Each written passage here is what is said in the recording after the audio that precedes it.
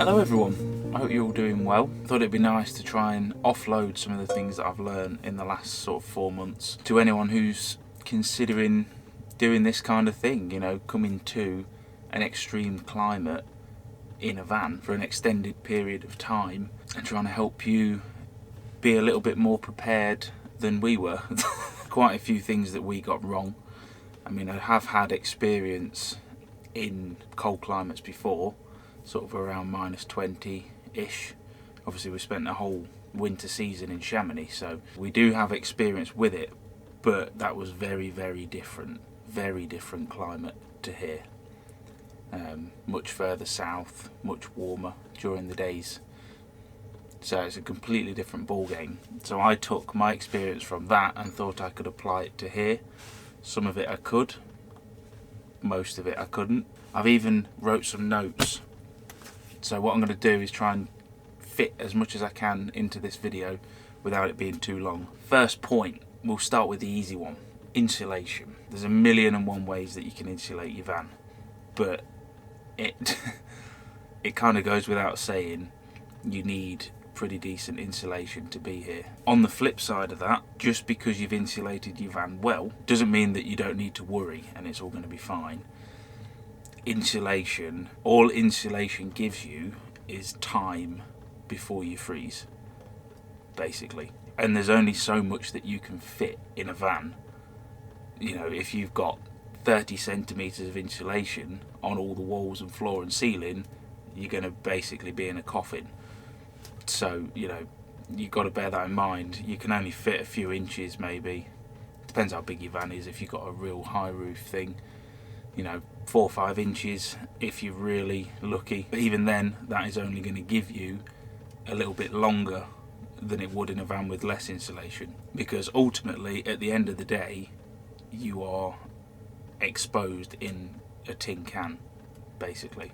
So don't get too hung up on the insulation thing. The next point is far more important, and that is heating. Like I say, it's all well and good having an amazing insulated van, but if you're not heating it properly, you're going to have just as crappy time as anyone else. I'll openly say straight up that if I didn't have the wood burner, which I have over in the corner there, I wouldn't be here. I'd have driven south by now, or further down Sweden anyway. It would not have been possible. I genuinely mean that, because we have the diesel heater as well. I'll get onto that in a minute. But without the wood burner, yeah, I wouldn't have done this. This would have been a complete nightmare, I think. Now, obviously, there's pros and cons to everything. You know, wood burner when you're full-time travelling.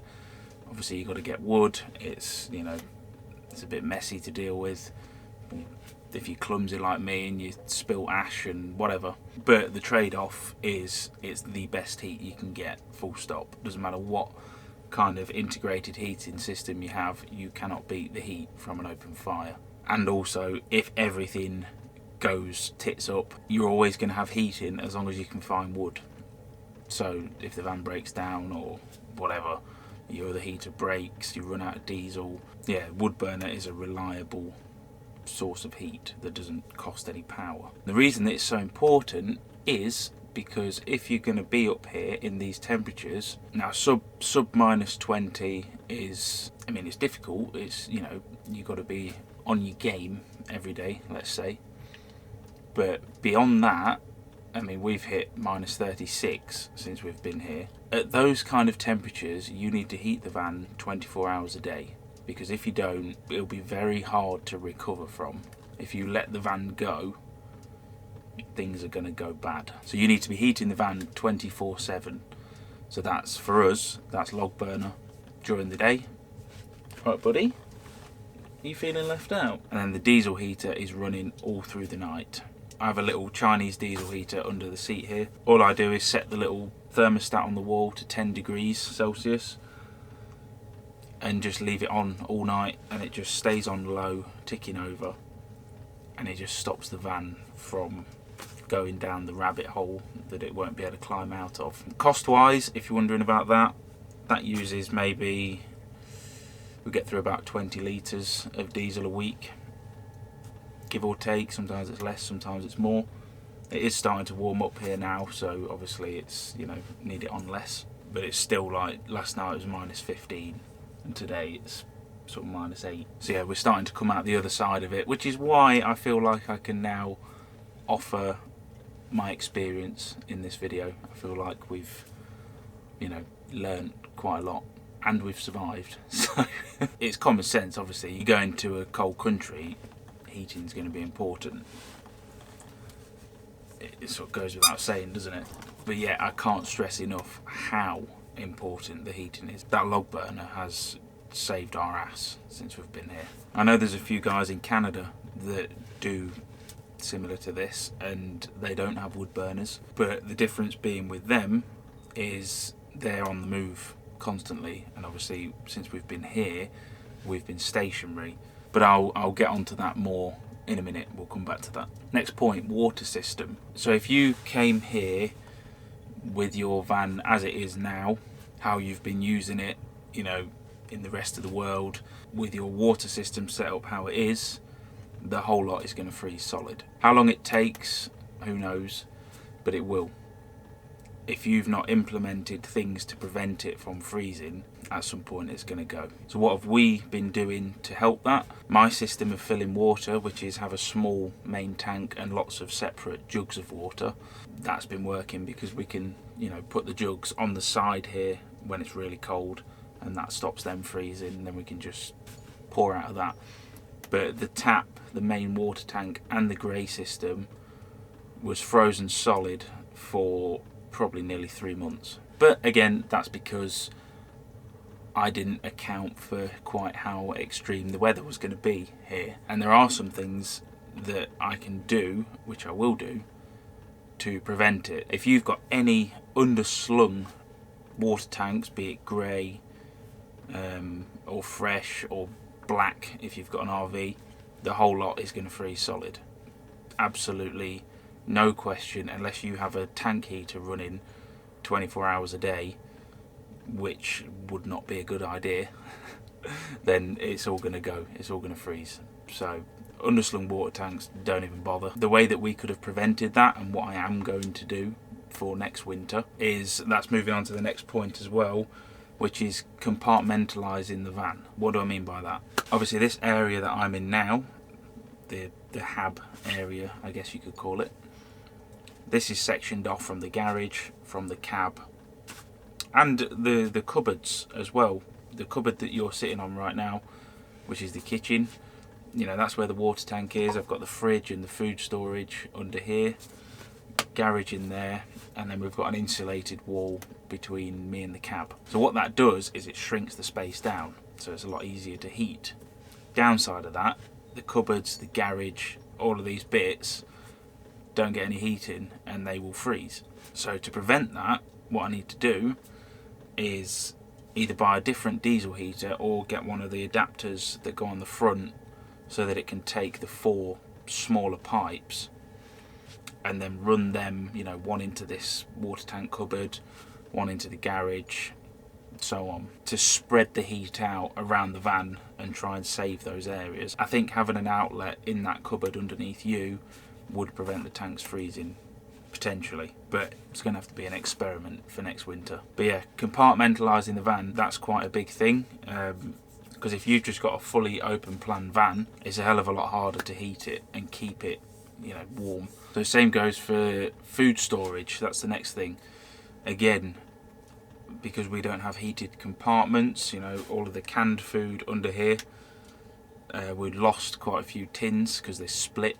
They will, you know, freeze and expand. So having a long-term supply of food, especially tin stuff, is quite difficult in these temperatures unless you have, you know, a separately insulated compartment. And again, that's what we're going to do next time to try and help that, is this whole under seat storage here where my tins sit, put a hell of a lot more insulation in here and potentially do a small heater feed into there as well. I don't know, see how it goes. It's all experimented at the end of the day, you know, this is how you learn, is by trying it. Right then, so I think that's heating pretty much covered all around. So we'll get on to something else. The next thing, batteries. We can bundle this together with power generation as well. So your batteries, I'm not sure of the exact number, I can't remember what it is, but under a certain temperature, which is quite high actually, you wouldn't think it was that high. I'm sure someone in the comments can say the exact thing. For every degree that you go down from that temperature, your batteries lose a certain amount of efficiency, which then handicaps you before you even get onto power regeneration. So again, a way to try and combat that will be to have an insulated compartment, potentially heated as well, just for your batteries to sit in, your leisure ones especially. Engine battery, same applies. You know, if you leave it for a couple of days in these temperatures, like, it's not going to last. I bought a brand new battery here, and the next day, after fully charging it, the van wouldn't start because I didn't take it out. That's what you can do to prevent that with your engine one, is, you know, in an evening, take the battery out, or if you're going to be staying somewhere for a couple of days, just take it out and bring it inside. That takes us on to the next point, which is regeneration of power. That's another thing that's heavily impacted in these kind of places. So solar, in the depths of winter, we are only just getting solar again now, and it is what, the first week of March. We're only just getting to the point where solar's becoming realistic again. All through the winter, solar was just a write-off. I mean, I didn't even bother clearing the panels. They just had snow on them up there and just left it, because there's no sun, or very, very little sun. You go even further north than where we are now, there's no sun whatsoever.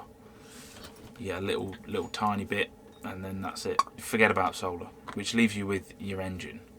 So we use a B2B, battery to battery charger, or DC to DC charger, wherever you're from. There's a huge debate on these, like how much strain it puts on your alternator and things like that. But I have a 70 amp one in here, and it does throw 70 amps at the battery bank. How much they like that, how long they will last. I mean, I've had those batteries in for over 2 years now, and they're still doing okay. Yeah, their lifespan will probably be a lot lower, hitting them with that much charge. I've got 260 amp AGM batteries in there. But the way I see it, it's far more important to me to be able to charge up quickly and then have to replace the batteries, you know, every 3 or 4 years, rather than the batteries lasting 10 years and struggling with power all the time. So that's why I went this way. I can start the van in an evening and they'll be throwing 70 amps into the batteries, and it probably takes an hour to get them back up to 100%. The B2B is definitely something I would recommend. But again, this is just my opinion. This is my experience that I'm talking from. Other people's may be different. It may have blown up someone's alternator, I don't know. For me personally, this is what works. And that then segues beautifully into the next point, which is, it's all well and good having the B2B, but if the van doesn't start in the first place, you're in a bit of trouble. We went weeks with the vans not starting, because when it's that cold, everything just goes to shit, basically. And that is something that we completely overlooked before coming here, because I didn't even know anything about them, and that is engine preheaters. If you don't have an engine preheater, don't even bother. Seriously, don't bother. You need to have one. It's an absolute must. There's various different types you can get. You can get some that go into the freeze plugs of the engine. You can get ones that go inline on a coolant pipe, and they're both mains fed ones, so you need to plug 240 volts in. Or you can get the diesel fired ones that run off 12 volt, like Webasto or Herbespatcher, you know, whatever. That's what we actually did try to put in this a little while ago, and it didn't really work. But that was, I think it was more of a power issue that we had, because obviously you need the power. They do draw quite a lot of power when you first fire them up, same as a diesel heater in here. The chances of your van actually starting in those temperatures is very slim, and if it does actually start by some miracle, you're going to very quickly break it. And that's kind of what's grounded us, is the preheater situation. Sort of made me decide to stay put rather than to keep travelling around during the winter. So what's the solution that we're going to go with? I think for next year what I'm going to do is install an inline coolant one that's mains powered, and then that gives me two options. I can either run it off the inverter, because it will work, there is enough power to do that, and it should be long enough to, you know, get it warm enough. But also as a backup to that, I'm going to have a little generator on board that I can just pull out, fire up, and then purely for heating the engine, and that should do it, because I don't really trust the 12 volt one. After the experience we've had here, I wouldn't trust it, because if there's not enough power in the engine battery, then you're buggered. I suppose you could take one of the leisure batteries out and connect that up, but yeah, I don't know. I think the easiest solution is just have a little generator and then have a proper engine warmer and do it that way. But yeah, I can't stress enough the importance of having one of those. you can't do it without one, just full stop. The next thing I'll quickly touch on before we move on, toilet. It's going to freeze solid again. If you've got like a cassette toilet that pulls out the side of the van, it's going to freeze unless it's a heated toilet compartment, but who the hell puts that into their van build at the start? You wouldn't even think. If you've got like a Portaloo, one that you can move around, you know, then you can probably manage. Obviously keep it inside, keep it warm. But yeah, the toilet situation is unpleasant. Where we are now, there's plenty of places where you can dump your toilet, proper, you know, camper van points, L-sand points is it they're called. But if it's frozen, we've been there 3 hours to defrost the bloody thing, chipping away at it, unpleasant, not great. Try and use public toilets, I'd say, as much as you can. And obviously because we're stationary now, we've been using the composting toilet in the barn. So the next thing that we got completely wrong, which was an oversight on my part, is tyres. I normally run, and I have done since I've had the van, I use Kumho Road Venture MT51s, and they're like off-roady, all-terrain, you know, big tread patterns on them, and they even say mud and snow on the side of them. And I did the whole winter in Chamonix with them, and they were absolutely awesome. You know, they'd be pulling through snow, no problem, dragging me out of snow drifts, and yeah, they were fantastic. But the moment the weather turned here, they became so dangerous. I can't even express how dangerous they were. It was just like driving around on glass. I've been told it's because of the compound of the rubber. It can't handle the temperature. You know, it gets too cold, it goes hard. So tyres for these climates, above everything else, above the heating, above all of that, if you're driving out here, which obviously you're going to be, being in a van, you've got to buy the right tyres for the climate. And over here, that is proper winter Nordic studded tyres. You need them. Full stop, you need them. You can't drive without them. You literally can't drive. Your tyres might be legal.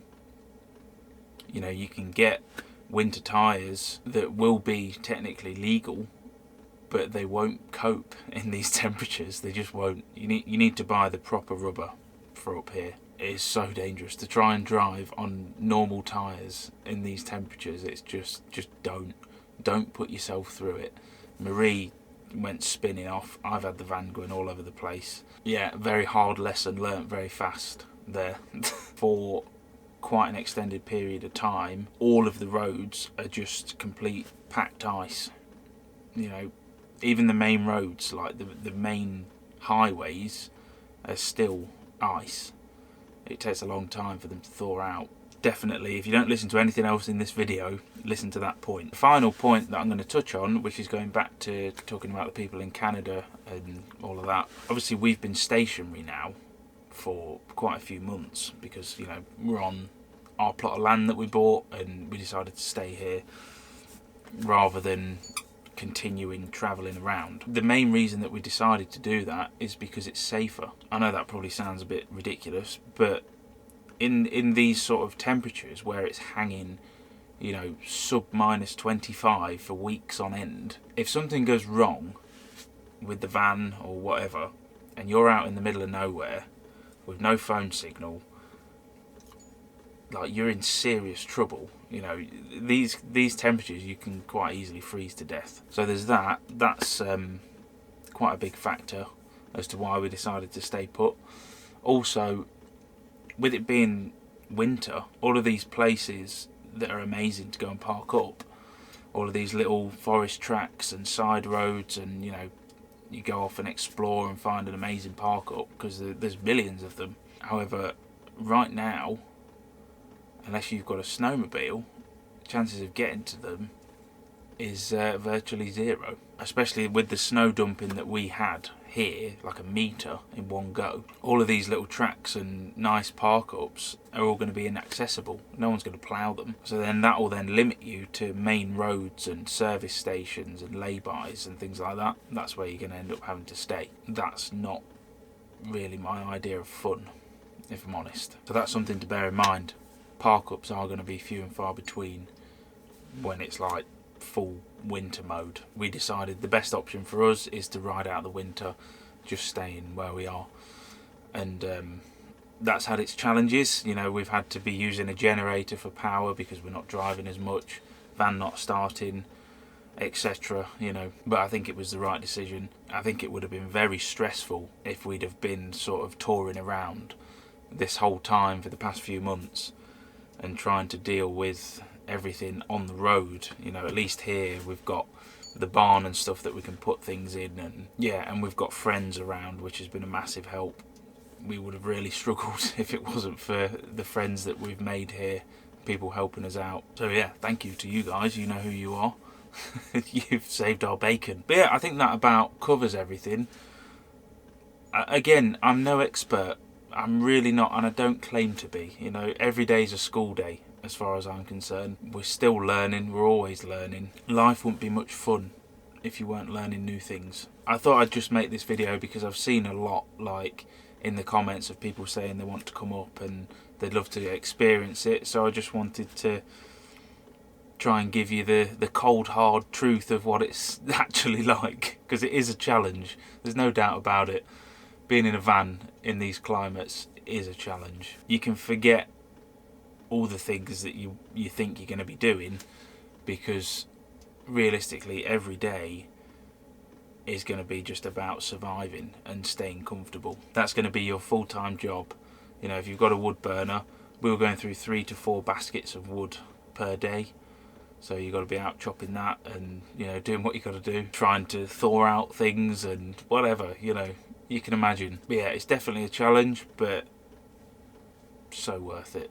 Had such a good time this winter, really have. It's just been one hell of an experience. I know that next winter, when we go out, you know, off in the vans, we'll be a lot better prepared, and it'll be a different experience because it'll be a lot easier. You know, we've learnt from this year, we know what we need, we know what we don't need. So I hope that if anyone is considering coming, you can maybe take a few little dots of information from this video, apply that to your van, have a bit of a head start if you do decide to come. We feel like guinea pigs in an experiment up here. Can we survive with the absolute basics? So yeah, thank you everyone for watching. I hope you've enjoyed it, and I shall see you in the next video. Catch you later.